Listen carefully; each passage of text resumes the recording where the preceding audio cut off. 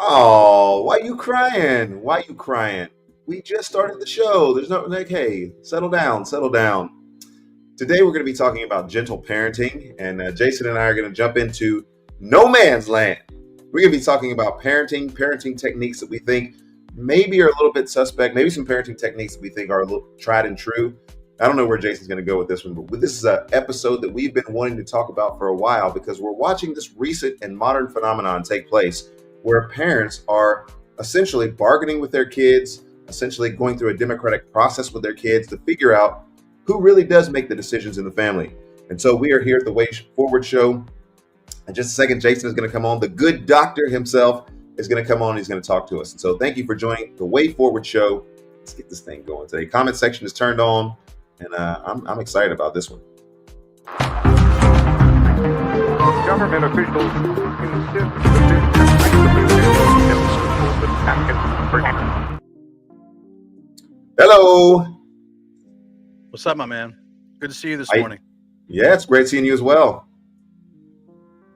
I see you I don't living know. large in the background Yeah, my palatial estate. there. Did I ever tell you the first time you used that backdrop? I did You thought not I'd made catch it. that it was.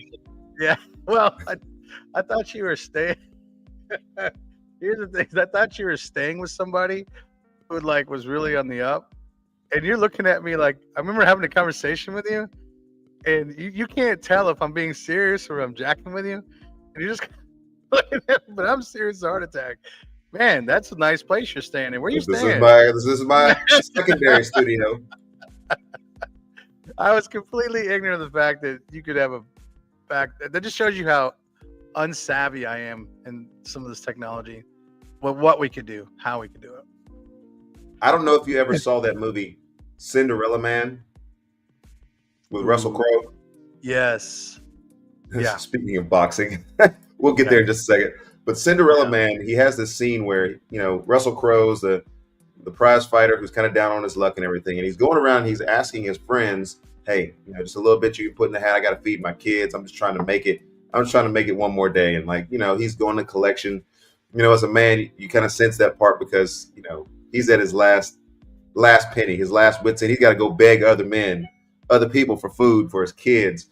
It's kind of a low point. And then he goes to his friend, and his friend is like, "Hey man, I got you." His friend is always living in this living large, nice suits and everything. And he's like, "Oh man, go ahead and come Yeah. on in." He walks into his friend's house. His friend has got no furniture whatsoever. On the outside, it looked perfect. On the outside, he looked good. Yeah. I'm just trying to tell you, when I have this background, I got nothing in the background that anybody would want to see. This is the Yeah. best that it gets. This is it. This is it for us. This is it. So I got I'm you. glad that people I think got that I made it, but sometimes when I'm wearing nice clothes, it's because the other ones aren't clean. Yeah. I got you. Yeah. No, I just thought it was so foolish of me. I was sitting there like, I said, man, Erskine, man, who are you staying with? That's good stuff. Yeah. This You're is my new what are you studio. talking about? What's day? What are you talking What's about? day?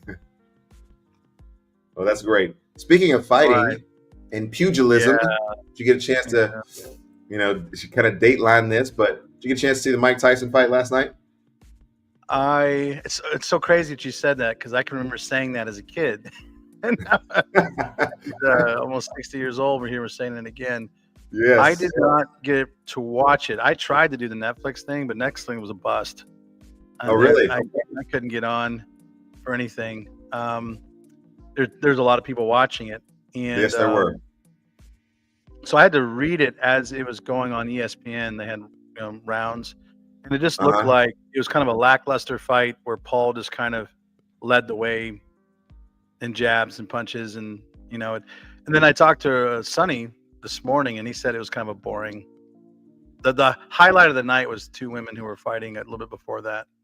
Oh, So yeah. the Tyson Paul fight wasn't that lustrous, I guess. He did say at the end, Paul did this weird thing where he bowed to him and gave him a hug or something, but that to me is just all YouTube. Oh yeah. shenanigans. Oh yeah, there's a lot of hype, Just, there's a lot of smoke, there's a lot of shadows. I mean, I think Mike Tyson was really trying to go out and box, but you could tell, I could tell when he was walking out of the tunnel, he just didn't have it. Well, Sonny said he had a knee brace on. He had a knee brace on. But you can't show up to a boxing match with a knee brace on. Yeah. All of his power came from his legs and his hips. He was a force when he could kick those hips. I mean, that was his thing. He would get you a body shot and then he'd uppercut you and you're done. 60 seconds, you're done. Yeah. He had no legs. His legs were jelly. Yeah, he had no legs. That's what I read, and that's kind of what everybody's affirming. They just, but you know, for 58 years old, he went 8 rounds with this young 28-year-old kind of boxer, and held his own. I don't know. Not many 58-year-old men could say that. So I give him, Duly give noted. him props. The man can still fight. He can. That's not a dude I'd want to tangle with. So Yeah. So anyway, we'll talk about that a little bit later. We're going to get on gentle parenting today. fighting. Let's go into progressive parenting. Yeah, exactly. We're moving from that topic of fighting and biting, to the next topic of fighting and biting, which is sometimes kids. And we'll get into some Matt Walsh stuff here in just a second. But why don't you lead us, good doctor, in a word of prayer, and we'll get started with our topic today. Father, we're so thankful this morning that we get to just have a conversation together and to talk. And I always am thankful for Erskine and his ministry and his life and his wisdom and his input.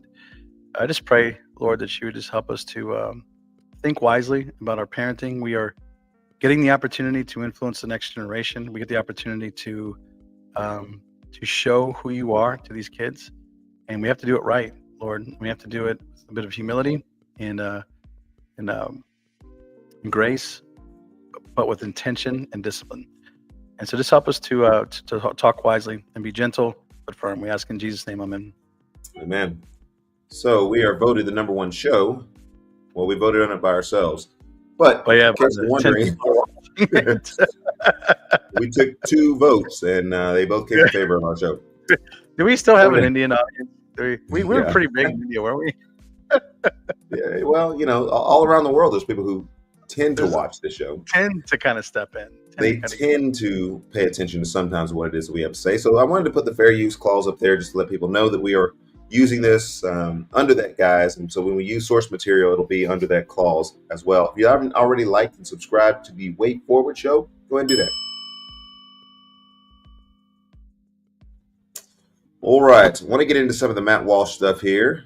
You know, just from a general cultural commentary perspective, I think he's got some pretty good things to say. And we'll start with a definition that he gives and see if this definition is valid related to gentle parenting. All right. Punishment. It's centered on partnership as both parents. Let me back that up just a little bit. Continuing, quote, gentle parenting is a means of parenting without shame, blame, or punishment. It's centered on partnership as both parents and children have a say in this collaborative style. The quote, gentle parenting, also known as collaborative parenting, is a style of parenting where parents do not compel children to behave by means of punishment or control, but rather use connection, communication, and other democratic methods to make decisions together as a family, says Danielle Sullivan, a parenting coach. Gentle parenting teaches children that they can be active in the world, set their own boundaries, trust their own needs, and make their voices heard. All right. Mm. We'll leave that up there for people to look at. In terms of definitions, I know we always like to start with the definition and work our way from there. So let's get it. Good doctor, where do you want to go today? Oh, man. Ooh. Talk about a subject that is dear to my heart. I have 5 children of my own. I work with children and parents. I see all kinds of different things. And I also read my Bible. And so oftentimes those things are at odds because I'm watching things thinking, this right here is a mistake. This is a mistake.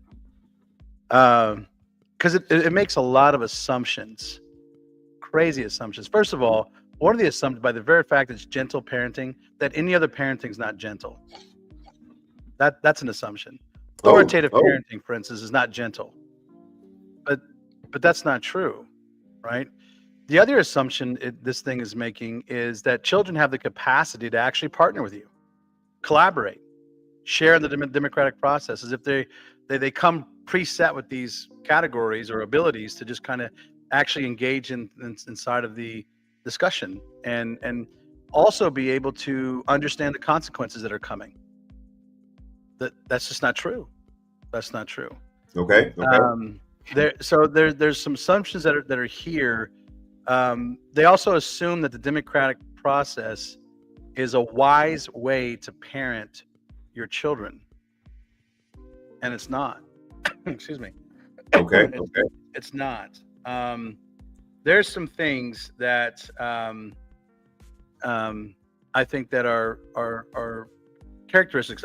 So maybe to help our discussion a little bit, I think there are some things that I've noticed with, say, gentle parenting or permissive parenting, right? Now, Jason, before you do that, can I get you to dive in for just a second? There might be some people who are watching this or will watch this a little bit later who are kind of wondering, again, a little bit more about the context of parenting that you have, the experience that you have. I have 2 kids. We're a foster family, and so we've got a lot of iterations, and we've had family size of 5, 4, 3, all different combinations of that. And so I'll be speaking into it from that vantage point. But you have 5 kids, and just give just a general overlay of your family before you go into this point about where the shortfalls are. I have 5 children. Naomi's going to be 21 in January. Elias is 7. So that's our spectrum. I think it goes 20, 21, 20, 16, 15, 7, something like that. We have been doing this for 20 some years now. We've been married 22 years. I've also been inside of education and family ministry. So aside from my parenting, I've gotten an opportunity to work with a lot of families and children over the years, inside the public school district, inside of private school, inside of mentoring type ministries. I've got to work with affluent families. I've got to work with impoverished families. I mean, by the grace of God, I've just gotten the opportunity to just observe a lot of parenting. Okay, I think that helps. Yeah. Some of it I've been able to glean from and say, wow, I want to take that into my own. And other times I've had to learn through negative, like, no, that's a bad idea. I'll tell you, though, that the biggest turnaround for me as a parent is my Bible. It's reading and understanding the Word. So that's been the most helpful. And then the second most helpful is being in the church, because these are the church, and you get to watch them inside of the intimacy of the church. So that's kind of been my experience. Also, I mean, I don't know if we're doing credential type stuff here, but a lot of my studying has been involved around family ministry, parenting, education. Education. So that's just kind of been my world for a little bit. Not that I've arrived by all means. Please don't take that as if like I've got the market on parenting. I don't. I don't have it. I tell my congregation all the time, if you step into our house, we are what, as Dave Future will say, 10 minutes from stupid. Just about every moment of the day. And there's a lot of mistakes we make, but we do have a philosophy of parenting that is intentional, that doesn't look like this. That is different, and I think that's important for people to understand. We are going to be talking about some differences here in gentle parenting. So if you tuned in today, if you wanted to hear how the merits of gentle parenting are just helping a generation of children flourish in our society, this is probably not going to be your episode, but at least I'm going to try to steelman the argument for just a moment after Jason gets done, and we'll see where we can go from there. Yeah. I think it's helpful. What are some of the problems I have with just gentle parenting, I guess? Because I've seen it. I've seen it in action. I've watched it. Over a long period of time. It's been developing for a while. I've been at times frustrated with it, and then I've tried to also glean some things from it. So here's some things I think that are, for me, that I'm thinking about gentle parenting, permissive parenting. So it says it's a style where parents are, warm and nurturing, and I think again that's an assumption that is wrong, in the sense that authoritative parents, so to speak, that's another style, can be just as warm and nurturing. But where you're going to find is the where the expectations and the rules follow. Permissive parenting tends to have low expectations and impose few rules. They kind of let things linger. The parents in the permissive side or the gentle side tend to look at communication as openly as possible, trying to, like we said, negotiate or talk to kids, and almost like as if they're adults in that sense. Uh-huh. They have low expectations of their children, and rarely have high expectations of mature behavior. That's an issue for me. Now, Jason, is there a contradiction there where you say the parents have low expectations in terms of the discipline, but they have high expectations in terms of the kid's ability or the child's ability to be able to make important decisions? Well, yeah, because they're assuming that the child comes with some degree of understanding already what to do. When you and I are talking, the reason why you and I can communicate and collaborate together is you've lived long enough in the world to figure a few things out. I've lived long enough in the world to figure things out. And by golly, you and I have figured a few things out together. And we are able to talk and share these categories. Now, there's some nuances that you have, and there's some nuances that I have. And that's where the collaboration happens, right? Children don't have that. They're coming into the world. They're coming into the world with a broken nature, for starters. That's one of the things that. And I think that theologically that we need to trace that down a little bit. Right. So at the fall, when Adam sinned, Paul tells us that sin has come to all men. So all the offspring of Adam are born broken. That's your little baby girl. That's your little baby boy. Beautiful, but broken. Come in with a rebellious heart, with a rebellious nature. And you know this because the moment you tell that child no, when they're 2 or 3 years old, they throw a fit. They have a tantrum. You have to teach that child how to share. You have to teach the child not to pull the other kid's hair when they're getting annoyed. You have to teach the child to respect boundaries. All of that is something that has to happen where the parent is intentionally helping the child navigate this world and navigate the home. But this permissive parenting thing kind of says that the kids kind of come in the world with a clean slate. Okay. Like, they're just born, and we get there and we get to kind of shape that. And the way we want to shape that is being, keep the expectations somewhat low, especially in maturity. Just let them kind of blossom on their own. Impose few rules and guidelines for their behavior. Don't say the word no. Use discipline very sparingly. Avoid punishment. Allow the children to make their own choices, like what to eat and when to go to bed and how much time to spend watching television, that kind of thing. And I'm generalizing because every gentle parent is probably going to have those boundaries a little different. But yeah, and the culture in which people are parenting changes depending on your socioeconomic situation in life, amount of leisure time that you have, context, part of the country. Like, there's a lot of different variables that you'll put into that. Yeah, and also you'll see that these gentle parenting will kind of accept and support their child's behavior, including some of these aggressive impulses, even allowing the child to hit back a little bit at you. They tend to rarely control their children or govern their time schedule, which is massive. But here's the other weird thing, right? Is when it comes to like monitoring their child's activities, they become kind of hovering because what they do is they get their kids engaged in everything possible, because all those things are going to help them grow to be a cultured, whole young man or young woman. And then they also tend to want to bulldoze obstacles because they don't like rejection or failure. So they try to control the kid's environment. They try to manipulate it. And I've seen this the most inside of education, where parents will try to do something to get the obstacles out of the way so that it makes it easier for their kid to walk in the path. I've even Right. seen so much where, when we were in high school, you had the task of if you wanted to ask somebody to homecoming, right? You had to go ask the person to homecoming. I've It even gets seen turned down. Yeah. yeah, because parents are so afraid of their kids getting rejected that moms will call ahead of time and talk to the girl's parents or something, or the guy's parents, and try to see if this is going to be a good thing or not, and then allow their child to go there. I just thought that was insane. I thought that was crazy. I thought that was you don't know how to handle rejection. And here's the downfall of this is that studies are starting to show that these kids who grew up in a permissive parenting household tend to have increased alcohol use, higher rates of misconduct at school, and lower academic achievement. They're just not as motivated. And Okay.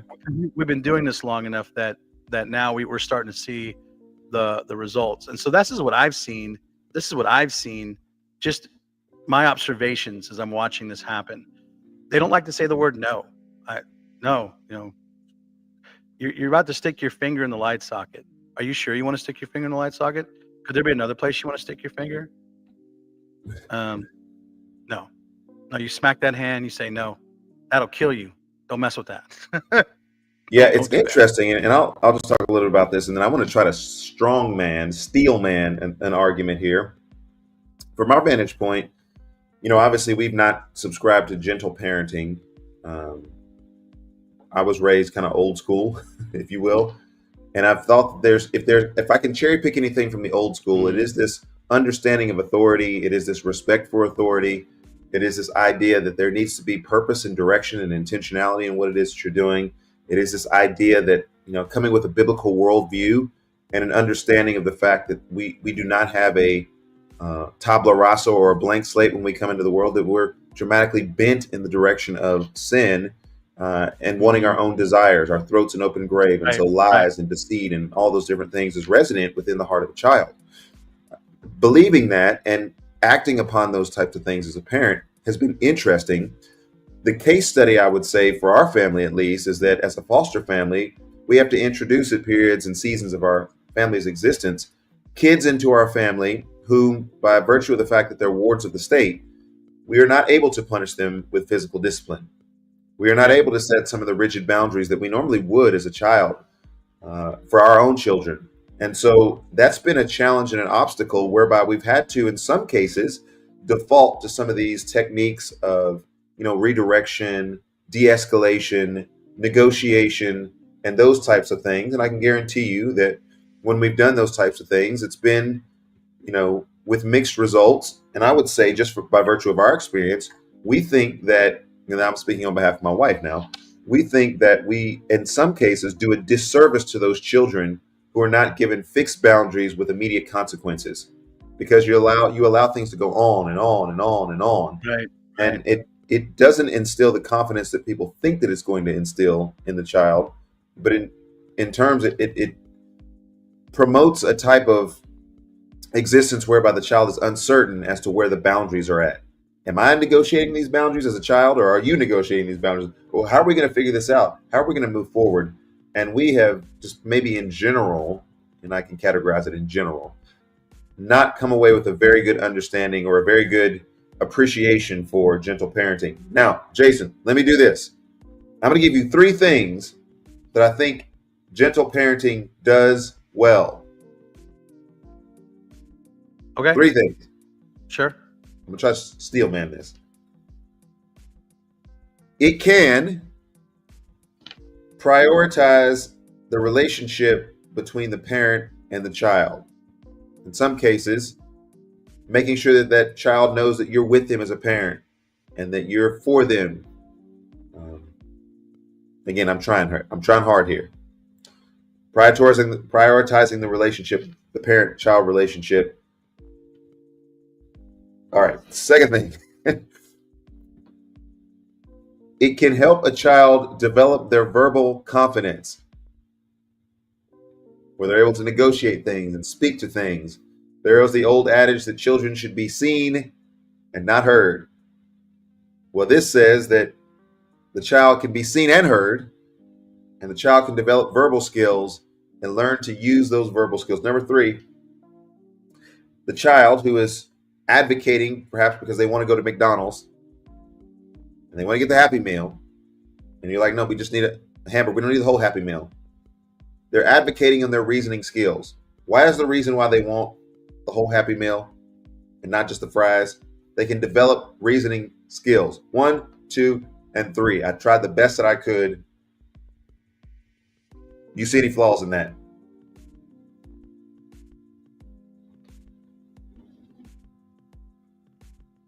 Well, Jason? Well, he gone. He gone. Let's get him back in this thing. All right. So I want to try to stop this for just a second and take over this part of the discussion, whereby I have given 3 what I consider to be strong arguments for parenting. I want to give a couple of things that I think are the error. Again, Jason and I, whenever he comes back, if he comes back, he may be gone. He may have just said, you know what? I disagree with your entire list. I don't want this thing anymore. There we go. Did you disagree? I didn't hear what you said. Yeah. Okay, so I'm sorry about that. I guess something's wrong on my end. So let's take the idea that you can that gentle parenting prioritizes the relationship between the parent and the child. Is that what you said? Yeah, it's one of the ones. Okay. As if other styles don't. Again, the authoritative. So I'm using authoritative because I think that's the one that aligns closest to biblical parenting. When I prioritize our relationship, I'm not thinking about the immediate. I'm thinking about the long term. Okay. Right? I'm thinking about what is this going to do in 10 years? What is this going to look like in 15 years? If I can deal with this now and create a strategy now for us to understand this world together, then I need to be the one who takes the responsibility for this relationship. I'm the parent. I need to take responsibility. And because right now the child is weak, but there's going to come a day when the child grows up and they're going to take their own responsibility. And then our relationship is going to change. That's going to move from me being the authoritative parental guide, the wise sage, so to speak, to now being the mentor on the side. I've seen that happen in my own relationship with my daughter. I'm now not an authority over her. I'm an authority beside her that she now has to consider or can choose to consider my instruction. But now she's going to have to make up her own mind. I don't think gentle parenting prioritizes the relationship enough. I think it's short term. You know what I'm saying? I don't think it's a long term priority. Here's something to think about. And Randy Stenson did me a big favor in seminary when he described child development a little bit to me. So I understood why I was doing what I was doing. Many parents right now try to operate their parenting style. If you think about a cone, and let's say that cone is upside down, what they do is they tend to give their kids a ton of responsibility and freedom when they're little, when they're young. And it's just, so think about that's the big end of the cone, right? And they just, all these decisions you get to make, all this freedom you get to have. And as the kid begins to grow, they have this expectation that that's always how it's going to be. Well, then the parents begin to tighten things up a little bit because they're starting to see these attitudes and behaviors they don't like. And they start to kind of cramp it in. All of a sudden you get to teenage years and now you've got rebellion and fighting happening in the house. Whereas you should have taken the cone and turned it upside down. You tighten the decision making up early so that you can loosen it up as they get older. Because now they have the capacity to actually understand the consequences of their decisions. At a younger age, what you're going to do is you're going to instill and you're going to create all the categories of wisdom and foolishness in their head. Well, many of them. And you're going to help the child think through a grid as they are making these decisions. But you get to make them early on because you're the adult and you know the consequences. As the child gets older, you begin to release that a little bit and open it up so that they have the opportunity to make these decisions and suffer the natural consequences on their own. And in an environment where it's kind of safe to do that until they get out in the real world and the real world starts kicking their behind. So what we try to do is give them a grid to think through. Well, I don't think gentle parenting prioritizes that process. It doesn't understand that process.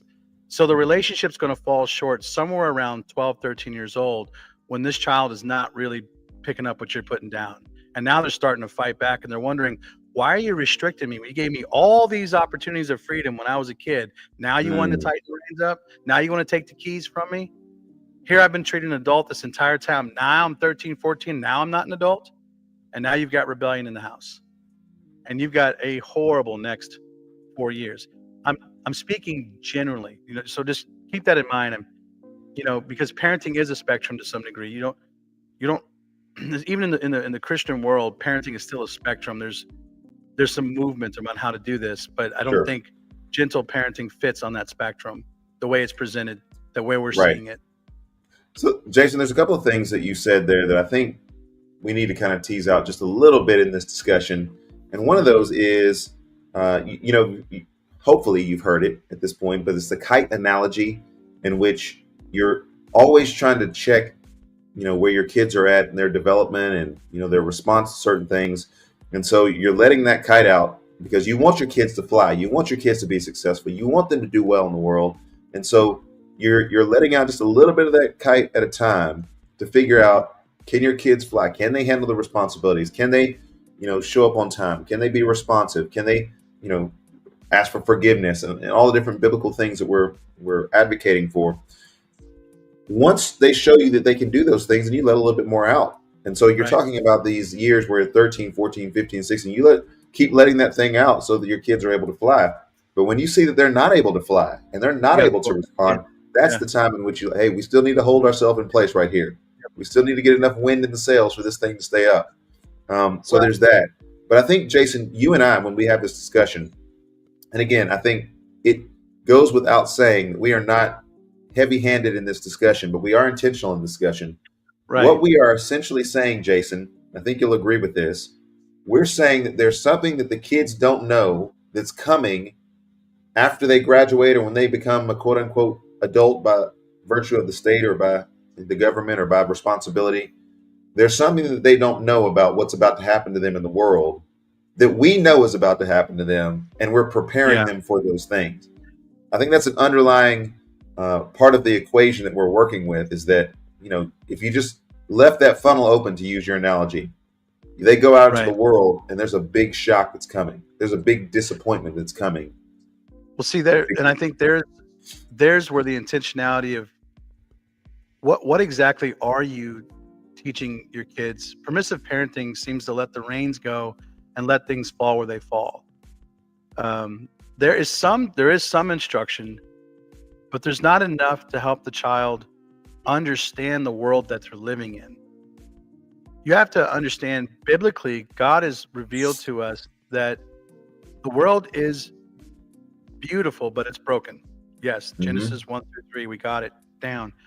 But he's also described that there are two kinds of people in the world. Those are the wise people and the foolish people.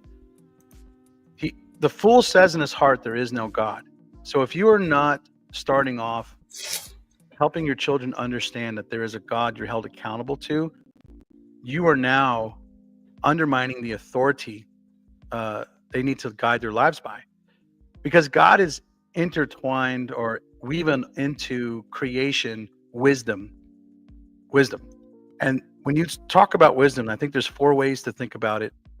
If you think about Old Testament wisdom, one, that the fear of the Lord is the beginning of wisdom. There is a God. He's created all things, and he's engaged in his creation, and you're going to be held accountable to him. That's number one. Number two, there is a creational wisdom that is here. There are things that you can learn about the world that you can excel in by just simply observation. For instance, I live in the Midwest, and we're not planting crops right now because it's winter. When the spring comes, you're going to plant crops, and you're going to expect a harvest through the summer and into the fall. The reason why that is because creation has shown you that if you follow this process, this wisdom, you can bear fruit. So we don't teach our kids to go against that wisdom. We teach them to understand, how do you walk wisely in this world? That's a job, that's a vocation, that's skill sets, right? How do you pull out from creation how to live? Number 3, there is a moral wisdom. There's a way that you're supposed to do what is right, understand what is right, and understand what is wrong. And you have to teach your children intentionally what that morality is. You can't just let that go. You just can't let it develop on its own. That has to be intentionally taught because the child is broken and sinful. You have to teach them what is truth, absolute truth, imperative truth, truth that can be trusted to build your house on. That means the house of your faith, your life, and truth that you can live in, because you live in the truth, you die by a lie. And then finally, there's tradition. You don't throw the baby out with the bathwater. You look back and see those who've gone before you and how they've lived and what they've worked, and you understand virtue. And so when you look at wisdom, all of that has to be intentionally taught to the child as they're developing that cone, right?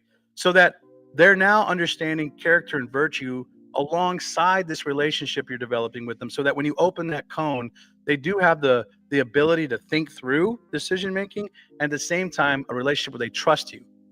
And I think that is the key. Is permissive parenting think they're developing trust, but they're not, because you're letting this kid go off into the wild blue yonder or the pasture without any fences, and they're getting eaten alive. They don't trust you. They don't trust your decision making.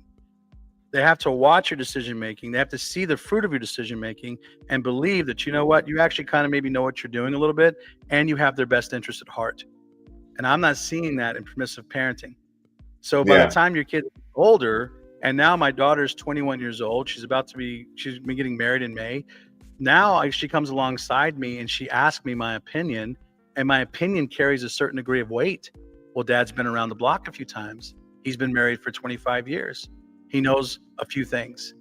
And I've never known my dad to act not out of my best interests. And so. Yeah.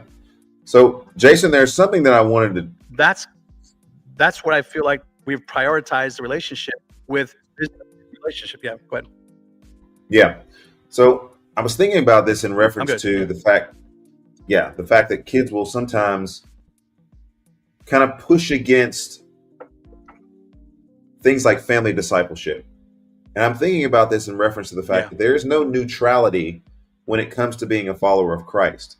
You look at the indicatives of who we are in Christ. We are a new creation. Old things have passed away and the new has come. There's a regeneration that takes place a la John 3. This is kind of the theology behind it. But because we are a new creation, because we are followers of Christ, because in Matthew 6:33 we prioritize the kingdom of God, that means that there's a imperative that then becomes indicative of our life. It's the imperative personally in our lives related to following Christ. And then when we take on a wife and have a family, there's the imperative of instilling within our kids the fear and instruction of the Lord. And so we're in a process before the kids ever get to a formal church building, church fellowship. You know, it's kind of like the old reformers and Puritans used to say, the first church, the first hospital, the first school is your home. And so within the context of your home, as you're discipling your family, there's going to be an imperative that you be discipling your family. Now, what happens when you sit down with your kid and the kid says, I don't want to go to church. I don't want to read the Bible. And I think that is the part where permissive parenting begins to fall down, is there are certain things that we don't negotiate, because in our spiritual life, there are certain things that we also do not negotiate. We don't negotiate whether we're going to be a Christian today and not tomorrow. No, we're a follower of Christ every single day. And so with that comes the imperatives of being a follower of Christ every single day. And with that comes the structure, the kind providence of God, thankfulness, grace, all those different things that we have that we are supposed to be actively doing within the context of our lives. Gentle parenting just falls down on that, because at a certain level, and you know this, Jason, and if you're a parent and you're watching your kids grow up, you know at some point they don't want to go to church. At some point, they don't want to read the Bible. And gentle parenting is not able to, there to negotiate whether or not you do or you don't. Well, that doesn't also allow them to work through something, to push through something. Just because you don't want to do it doesn't mean you shouldn't do it.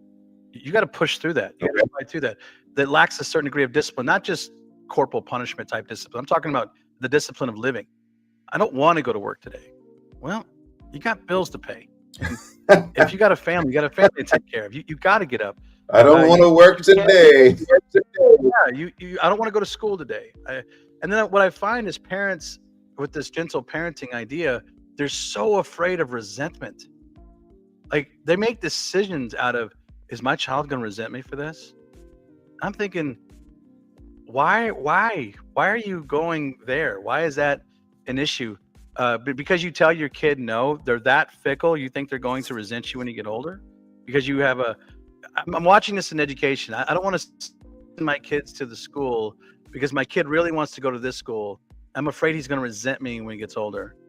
And I'm thinking he is going to resent you because you're not making the wise decision to help him work through those feelings. You're just giving in to them. That's not why. I want to give a personal testimony and say that when I was being trained as a young man, I resented my parents. They made me do some things that I absolutely hated. And I remember at times, maybe even vocally saying to my parents, I hate you for what it is that you're doing. And one particular thing that I think my parents did, I was livid about the decision that they made. Because when I was going from the 8th grade to 9th grade into high school, my parents decided that they would sign me up for all honors classes. And so now the friends that I had before are not the friends that I have going into high school. That's a big deal for parents these days. The social environment of your kids, their emotional well-being. Yeah. My grandparents said, you will be in all honors classes and you will do your best in those classes. And so now that I'm a little bit older, resentment has turned into appreciation, which has turned into respect. And even if the relationship is not great between my grandparents and I, there will always be that level of respect for them to be able to see some things that were ahead of me. Right. And listen, we've been in this thing long enough to have kids of our own who dislike, are disgruntled, disrespectful, all of those different things. And they have hated some of our parenting decisions. We'll see where they're at when they're in their 40s. Young and stupid marry so well together. I did the same thing. I was livid at my parents for decisions they made. I lacked understanding about, first of all, some of the things they were dealing with and working through. So that's good. There is that, right? I just did not understand their own stuff. And then on top of that, I didn't understand they were oftentimes stuck between a rock and a hard place sometimes. I didn't understand that. And they had to make a decision. But leaders lead. And that's what my dad did. He's like, I'm making a decision. And this is what we're going to do. And this is what you're going to do. Whether you like it or not, this is how it's going to go down. And as a young man, I desperately needed that. I needed him to do that. I didn't like it. I bowed up. I'm like, yeah, whatever. And then now I'm in the world a little bit. I'm in my 20s and 30s and 40s. And I look back and say, dang, Dad had it. Dad was right. Dad was right to step up and do that and have that ability to correct me and to force me to do some things I didn't want to do. I was short-sighted. He was long-sighted. I was misinformed. He had the facts. All kinds of things were going on there. And that's your kids, though. Your kids are going to make all these assumptions about things because they have no idea, but you have the facts. You know what you're looking for. You know where you're going. And maybe that's another problem you're seeing is I don't know if permissive parenting casts a long-term vision for your kids. I just don't know if they look too far down the road. Or if they do, maybe they look at it through this lens of resentment. I don't want my kids to resent me, so therefore I'm going to do this. And I'm like, that's a horrible way to parent. That's a horrible way to feel. You feel guilty all the time. Yeah. And so that's where I believe the gospel has been so good for me. As I go to bed at night, and for the most part, I sleep just fine of the decisions I'm making. Because I know that I'm making them in light of that for my kids. Now, I should say, you had 2 other points, right? So what were your 2 other things? I'm curious with the gentle parenting. Development of verbal skills and development of reasoning skills, essentially. Yeah. So faith and reason, which are core convictions that the household has to develop. And I'm not sure, you spoke to this earlier, that there are going to come times kids do not want to do Bible time or kids do not want to do it. Elias right now, anytime I want to sit down and read the Bible with him, bucks me every single time. He would rather go watch TV. He'd rather go do something else. Sure. But what do I see down the road? I see here's a young man who needs Jesus. I see the wisdom of the Lord addressing his sin. I see ways to pray for him, and he sits down with me. And I also know that from experience, when he looks back at these times and he's sitting down with his daddy and his daddy's reading the Bible, the overall ethos of that is going to be warm and pleasant, not exasperating. Yeah. And I think that the reasoning skills part of it is we believe God has given them a brain to think and to rationalize through things. We have to teach them a biblical worldview to do that with.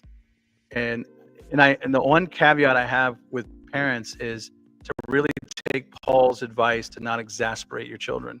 Okay. That's the tension you have to live in with this whole thing, is that relationship side of thing is really, really important. The trust level between the parent and the child is massive. And your children are always gauging you in the sense that, are you out of your mind, or are you actually walking on solid ground here? Because children can smell a hypocrite a mile away. They can realize something's wanky. They may not have the courage to maybe speak up, but they know it, and it'll come out later when you're in your 20s. And so parents, fathers in particular, we have to be careful not to exasperate our children, to understand what is appropriate guilt, what is appropriate shame. That's fine, because you should feel that if you sinned against somebody, but not to put expectations so high the kids can't reach, or that we're not willing to help them get there, or to misappropriate shame and guilt in a way that the child feels hopeless. We've got to watch that tension. That's where I think I get myself in trouble if I'm not careful. Sure. Because I will come too hard, too much at one time, to which I need to say, okay, Lord, I'm sorry, and then make sure I talk to the child and say, look, I'm sorry, I went too hard. I got to pull back. Yes. So I would share in that sentiment with you, and I think some of our best times of growth have been those times when I've had to go to the kids and say, I'm sorry, got a little too amped up there, and as a result of that, sinned against you, and then work through a biblical process. Yep. I found that in every single occasion,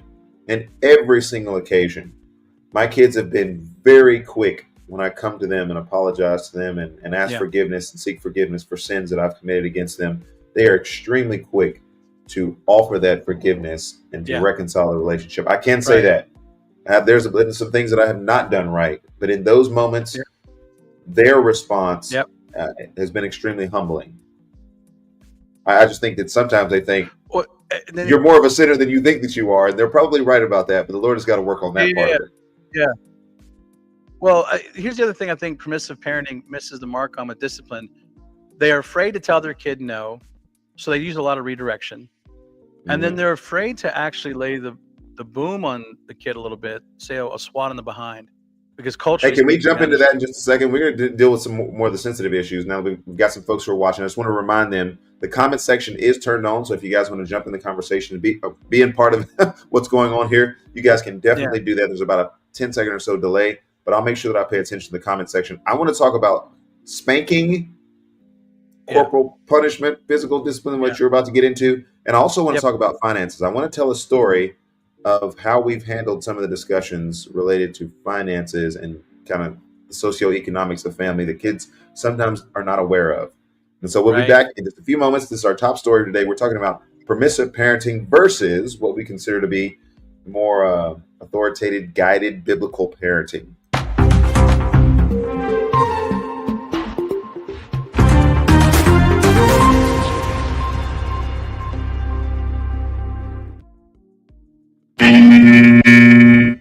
You're going to lower the boom. The rod, God, and your child's bod. Yeah. Get them. So our culture right now has just gone off the deep end with absolutely no spanking. Illinois just even passed a law that says even Christian schools can't bring the wood a little bit because psychology has said this is bad. That's insane. I think beating your kid is bad. That's wrong. You shouldn't do that. Healthy corporal punishment is a really intimate side of discipline that I believe is absolutely necessary and can be quick and solve so many problems early on that will help your relationship be much better. When we decided to use corporal punishment, which wasn't a very hard decision, but I think my wife kind of had to come around to it a little bit. And at first she was absolutely not, because our kids are going to be just fine and whatever. And then Naomi had her nice big fit, and she realized, wow, we need to do something a little more So somebody instructive. better do something about this. That's right. That's right. And so we started talking. I said, I remember having a conversation with saying, this is not personal. We don't hate our children. We don't dislike our children. Naomi's just going through the process of growing. You know, she's not getting her way, and her natural inclination is to rebel and to come hard at you like this, to have that tantrum, to throw her hands in your face or whatever. So what is corporal punishment meant to do? What are we trying to accomplish with it? That was a really helpful discussion, because it wasn't the fact of going in there and just beating your behind. That's not the goal. Yeah. The problem with the child, when you've reached a point for corporal punishment, is pride has really blinded them to life. Pride is at its peak. They are as proud as they're going to be that day when they're pretty much telling you to get back. They're throwing their fits, and they're even laying hands on you or whatever when they're little kids and whatnot. That's pride. Pride is telling them that they're in charge. Pride is telling them it's their kingdom. Pride is telling them that your kingdom better back off or there's going to be war. That's why I told my wife, we don't negotiate with terrorists at all. There's one kingdom in the house. It's God's kingdom, and I've been given the right and the privilege to oversee that in my house. So I need to take care of this. And so the goal is to help humility teach the child that they're wrong. That's not the way to live. Pride leads to death. And if they keep continuing in this pride, they're going to fall. So when we go into the bathroom, so to speak, that's where we typically did our corporal punishment. We talk about where those lines were crossed. We talk about, hey, this is not what I expect from you. This is what the Lord expects from you. And you're going to get, and we dish out exactly what punishment you're going to get. You know, 1 swat in the butt, 2 swats in the butt, whatever it's going to be. And then afterwards, after the spanking happens, the spanking now humbles the child to realize you're not in control. You're not king. You're not Lord. But you crossed these lines, and you need to get back over. And then there's an embrace. There's this, I love you. I love you too much to have you disobey. I remember hearing Dave say that 100 times to his girls in his house. I love you too much to have you walk in disobedience. You can't do this. This is not good for you. And, Dave, and referring to a pastor who mentored you. Yeah, Dave Puchel, who discipled me and still disciples me. And I remember telling that to my kids as they were growing up. I said, I love you a lot. And this is going to break our fellowship, and this is going to break your fellowship with God. And I don't want that. I need to fix this. And so we had this teaching moment. Then there's a great opportunity, children, obey your parents to the Lord, for this is right. Honor your father and mother, that it may go well with you. Mm-hmm. Is it going well with you? No, Daddy, it's not. Okay, well, let's get back on track. And we get through it. We hug, we reconcile. It's done. It's finished. It's over. And we're moving on. And you know what? In kids, in like 5 minutes throughout, they're moving along. Like they're not this lingering thing of something lingering for like hours or weeks on end because that was never fully resolved. I think that does more emotional damage than a spanking on the behind does in a couple of minutes. Uh-huh. And that's how it went. We used the wood for that moment, and we also were wise because we had to understand what's the difference between foolishness and rebellion. Foolishness is wrapped up in the heart of a child, and that will show itself in just doing silly kids things, right? And so the kids would do foolish things. We had creative ways to deal with that. Sometimes it was sitting in the foolish chair. I don't know if you guys ever did anything like this. It's a wall sit. What how you're acting is as foolish as sitting in a chair that's not there. That's how we would phrase it. Mm-hmm. And so either you're going to be one of the greatest soccer players or power lifters in the world, or you're going to realize this is foolish. You know what I'm saying? Yeah. We had stuff like that, mountain climbers or jumping jacks, something to help redirect. But when there was flat out rebellion, that was where we said no, because this leads to death. This leads to death. We got to deal with this ASAP. And I think permissive parenting does not allow any of that inside of its framework. And I think it just allows issues to linger way too long in the house. and Yeah. the child suffers for it in the long run. We could probably do a whole episode on just the issue of spanking children, because I'm thinking about even in our own family, how many safeguards, if you will, checks and Right. balances we would put in Right. there. It was never, Right. when I would get a spanking when I was little, it's because I had done something that was foolish, or I had done something that was wrong, just flat out wrong. And Yeah. the anger of my disciplinarians was at a high level, meeting me Yeah. at a place where I'm now being You're very disciplined. vulnerable. Yeah. Yeah. And I didn't yeah. feel like that was ever appropriate. I didn't feel like it was biblical as well. And so I love the fact that we're at least diving into an area where, if you've never heard any of this before and you're having some discussions about maybe we're not going to do this sort of permissive parenting, Yeah. maybe we are going to have some biblical, instructive, intentional, Yeah. parenting, then we would never do that when we were at the height of our anger. We would put a safeguard in No. there so that we're actually having Yeah. a discussion, so that we actually understand how many Yeah. SWATs are about to come and why they're about to come. And Hebrews Yeah. chapter 12, this legitimizes you in the context of the family, like all of those different things. We could do a whole episode on that, Jason, but the time is running short. I want to talk about one story that is more of a recent story and recent phenomenon, because as you know, as the children age, the form of punishment, the kind of punishment may obviously need to be altered Yeah. as the kids Changes, age, yeah. and Yeah. what actually speaks to them. So we can get into that a little bit later, but here's one of the things that I think kids are intuitive, like you're talking about, Jason. Kids understand Mhm. the socioeconomic strata of your family. They can look around, they can see nice cars. We used to do that on the school bus. Oh, that's my car. Oh, that's my car. Yeah. I want to have that car when I get up. That's your car. It's all junky and everything. Look, Sanford and Son. Like, so we would get into those kind of things. But you would recognize your family maybe don't have the nice car. Look at houses. Maybe your family doesn't have the nice house. Yep. There are certain things that, as a parent, we've not invited our kids into a discussion to look at our bank account every month to see where the expenditures are going and what's being paid for and what's not, and what we're putting in savings and what we're trying to do for them as kids. We don't go over all those financial details Right. because it's not their place to know those kind of things. Right. However, in very many occasions, and maybe you can testify to this as well, very many occasions we've had to make decisions based on where we're at financially, knowing the number of responsibilities that we've got to take care of. So when a child asks for a new thing, or they want this, or Yeah. this is gonna take us beyond the budget that we have, you got to say no, or you got to Yeah. delay that, or you got to find some way to have that conversation so that they understand that there are limitations. There's limits to this, and there's levels to this. And it's only been recently that we've had to have some of those discussions related to finances, to just basically say, hey, we just don't have it. If we had it, we would have given it. Yeah. To help our kids just decompress a little bit. Yep. If we had it, don't you know we would give it? Yeah. And again, I think that speaks to the area of trust. I think it says volumes about the relationship that you're developing with your kids. Even when they Right. can't see those things, they can kind of intuitively figure out, oh, our parents, they can't act like that. They can't, do these kind of things.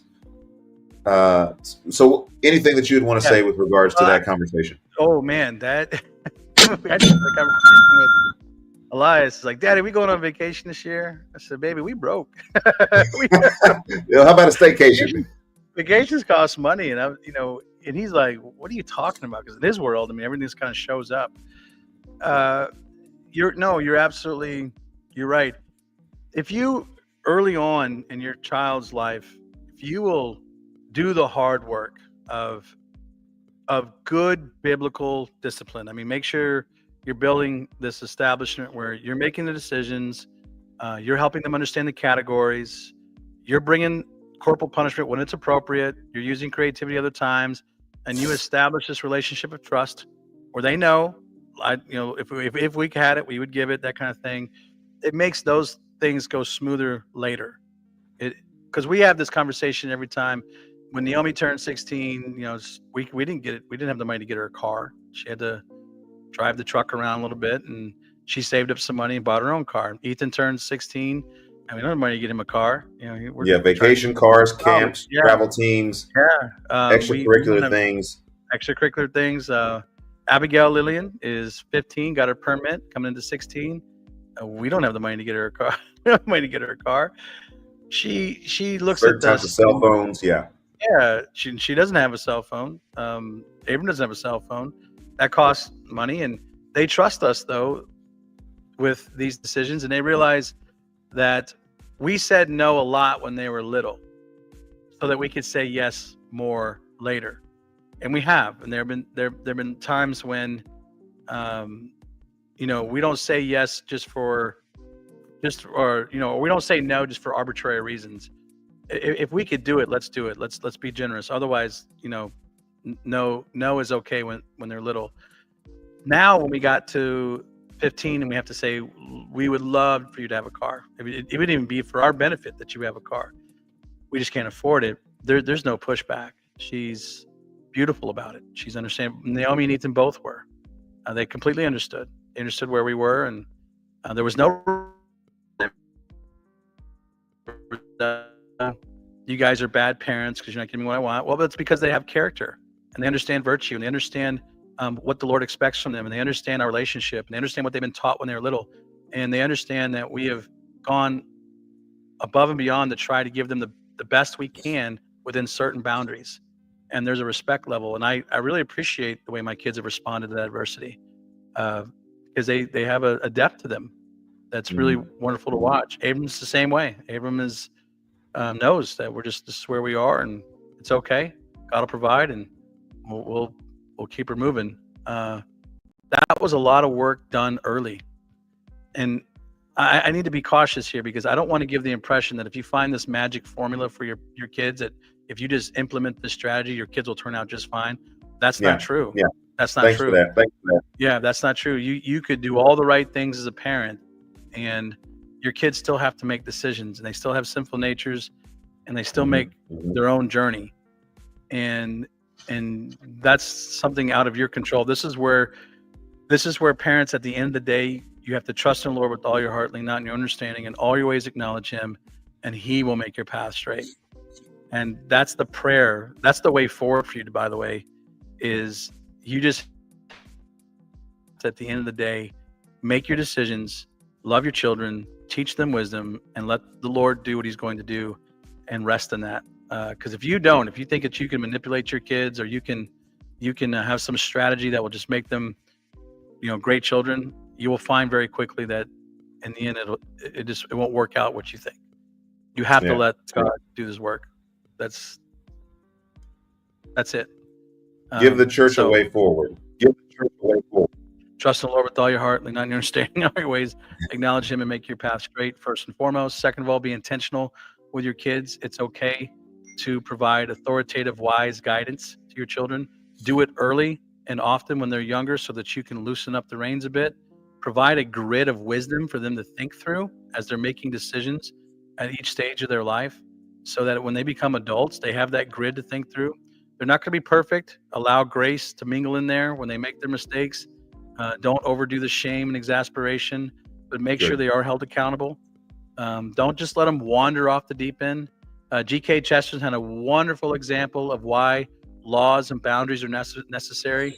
If you take a group of children and you put them on a 100-foot plateau that's up in the air, and you give them a ball to play with, they will only play in a small circle, because once they go over that cliff and they realize that death is there, they're not going to expand out. The moment you put boundaries up, a fence, a net, something up that they feel safe in, all of a sudden they're playing all over that plateau, because they understand where the boundaries are. And that's what you're doing as a parent. You're putting up safe boundaries for them when you are authoritative, and you are guiding them, and you're giving them wisdom and understanding the world they live in.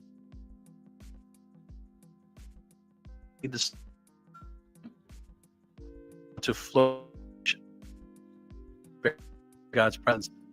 So that's not going to happen in permissive parenting and gentle parenting.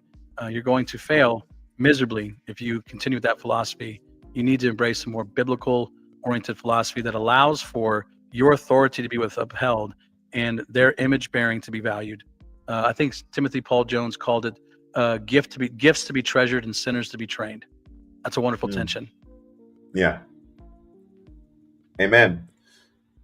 One thing that is a important part for Jason and I is that we address the church and the concerns of the church. And As I was thinking through this, Jason, in preparation for this show, I was thinking about the fact that we are a spiritual community. We're a fellowship. We're a group of people who have been called out of the world. And where that collision, if you will, takes place, or where that community takes place, it involves families, it involves kids. And sometimes it involves a situation whereby we are not only training and discipling our own kids, but we are training and discipling in the context of other families and other people. And so to the permissive parents that are out there, I would just say that we do desire as a church and a community and a fellowship of the faith to disciple your kids. But for you to maybe assume that we would have the same type of philosophy when we're discipling the people of God that you have in your home is maybe a strain upon the church that I've seen, and maybe an area whereby we can come alongside of generally younger parents, permissive parents, and help them to understand that we live in a community together. If your kid is terrorizing the place because you've just let them just terrorize everything in every place that they've been, it does create an unnecessary and an unnatural tension that exists within the family of God. Families don't want to hang out with you anymore. It creates separation, it creates division. And the together nature of it, yes, we can work through the tensions, we can work through the disappointments, we can work through the discouragements. We are the family of God, we can do that. But why put unnecessary strain in the family of God because your kids are hellions and out of control? I think Jason has given us some wise counsel today, and hopefully this episode has given you an opportunity to begin to think through your parenting. None of us is perfect. I think after this show, that there's several things the Lord has brought to my mind that I want to be better as a parent in. And hopefully with shows like this, we can encourage that kind of response. The kids would know that their parents watch the way forward, and that as a result of that, we are better parents moving forward and moving the Church of Jesus Christ forward. So thank you so much for watching us. Thank you, Jason, for all your contributions.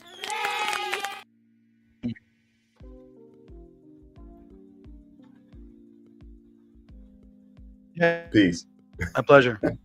Yeah. Government officials insist